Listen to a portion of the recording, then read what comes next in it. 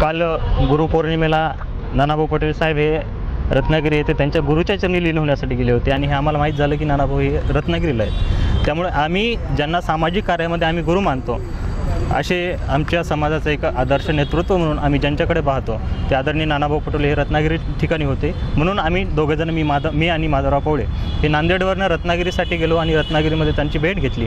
आणि गुरुपौर्णिमा ज्या ठिकाणी आपल्या हिंदू धर्मामध्ये असं सांगितलं जातं की गुरु हे आईवडिलांनंतर दुसऱ्या क्रमांकावर जर नंबर कोणाचा येत असेल तर गुरूंचा असतो. जसे नानाभाऊ पटोले साहेब हे आमचे गुरु आहेत.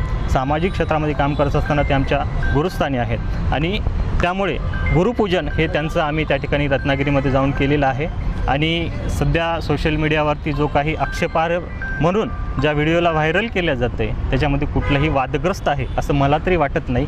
कारण एक ज्या गुरुची पूजा एक शिष्यानी करावी आणि त्याला वादग्रस्त ठरवावं असं मला तरी वाटत नाही. आणि मुळात हे जे भाजपवाले यावरती टीका करतायत, राजीनामा मागतायत, त्या भाजपवाल्यांनी हिंदुत्व आधी पाहावं. हिंदुत्वामध्ये काय म्हटलेलं आहे, हिंदुत्व शिकण्याची गरज मुळात तर भाजपला आहे की हिंदुत्वामध्ये जो कोणी आपला आदरणीय असेल, गुरु असेल, त्याची पूजा करणं, त्याचे पूजन करणं हे हिंदू धर्माची संस्कृती आहे आणि त्या संस्कृतीचं पालन आम्ही केलेलं आहे. त्यामध्ये याच्यामध्ये कुठलंही गैर आहे असं मला तरी वाटत नाही. नवनाथ पण असं म्हणले जे काँग्रेसचे आपले भाजपचे प्रवक्ता आहेत की नानाभाऊंनी राजकारण पहिल्यांदा तर माफी मागावी महाराष्ट्राची आणि राजकारण सोडावं. मुळात नवनाथ बन्नांना मला एक सांगायचं आहे, तुम्ही हिंदुत्व असाल तर हिंदुत्व अगोदर वाचा, हिंदुत्व शिका आणि मग सांगा की याच्यामध्ये नानाभाऊ पटोले साहेबांनी का स्वतःहून सांगितलं नाही या माझे पाय धुवा.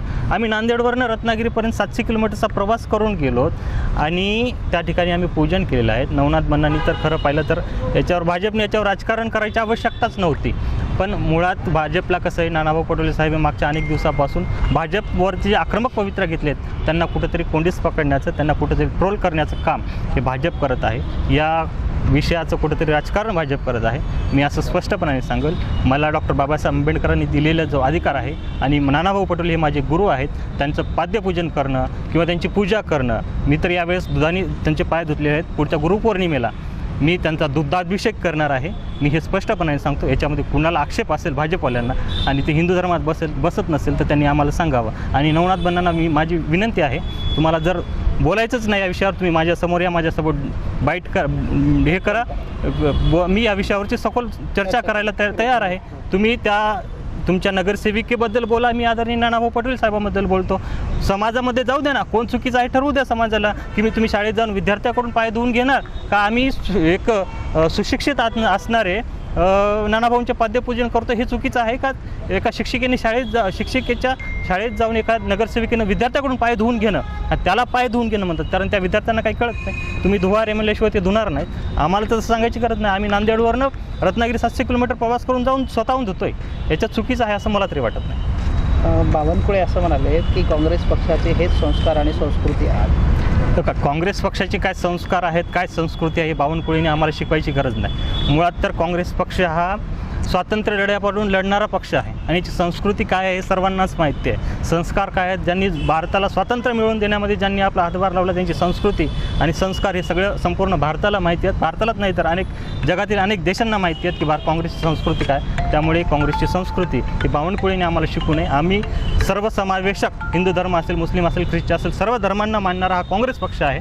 त्यामुळे भाजपने आम्हाला आमची संस्कृती शिकवण्याचा नैतिक अधिकार आम्हाला नाही. त्यांनी त्यांच्या पक्षात काय चाललंय, कोण कुठल्या पक्षाचा कार्यकर्ता त्यांचा कुठल्या टेबलवर जाऊन पूजा करतोय हे त्यांनी पाहावं. आम्ही कुठली पूजा करतोय हे बघावं. आणि तेवढे जर हिंदू धर्माचे रक्षक असतील तर त्यांच्या रॅलीमध्ये हनुमानजीची प्रतिमा करून त्यांनी नाचवले नसते त्यांच्या प्रचारामध्ये. त्यांना ही संस्कृती चालते का भाजपला?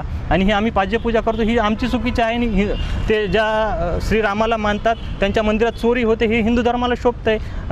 हनुमानाला ते रस्त्यावरती नाचवतात हिंदू धर्माला शोभतंय का? डॉक्टर बाबासाहेब आंबेडकरांनी दिलेल्या संविधानानुसार आमचा अधिकार आहे. आम्ही आमचे नानाभाऊ आदरणीय आहेत, गुरुस्थानी आहेत आणि आम्ही त्यांची पाद्यपूजा केली. याच्यात चुकीचं आहे असं मला तरी काही वाटत नाही.